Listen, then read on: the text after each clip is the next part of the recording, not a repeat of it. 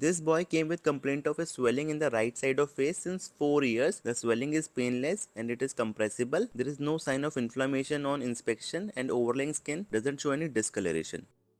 We did ultrasound to characterize the lesion, whether it is cystic or solid or what kind of lesion it is.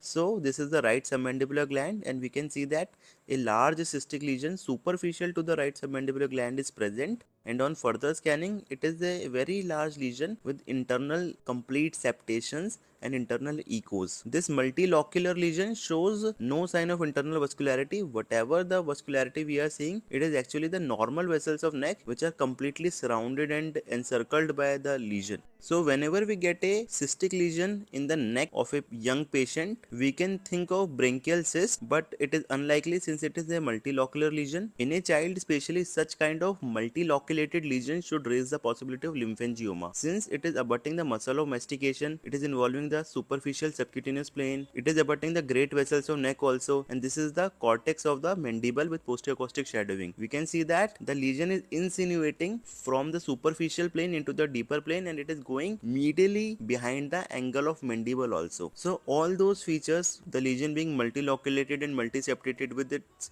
insinuation along whatever space it is getting in its way, all these findings goes in favor of lymphangioma. Now this is a kind of panoramic view. We can see that this is the lesion and on the medial aspect we have the muscles of tongue, and laterally this is the large component of lesion, and in between this is the ramus of mandible. We can see that lesion is multiloculated and it is involving multiple compartments, so it is lymphangioma. Thinking about other possibilities, it is not an abscess because the history itself tells that it is present since 4 years with no sign and symptoms of any inflammation like fever or redness of skin. Other possibility of any slow flow vascular malformation is ruled out because there is no phleboliths in it and there is no flow within these channels itself. AV malformation is ruled out because there is no arterial flow within these large channels.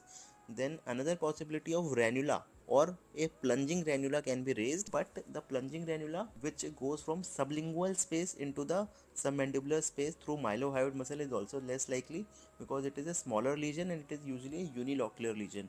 But since in our case it is a multiseptated multiloculated lesion with internal echoes which is not respecting any boundary and it is without any mass effect insinuating into various compartments, so this is the typical and classical example of lymphangioma.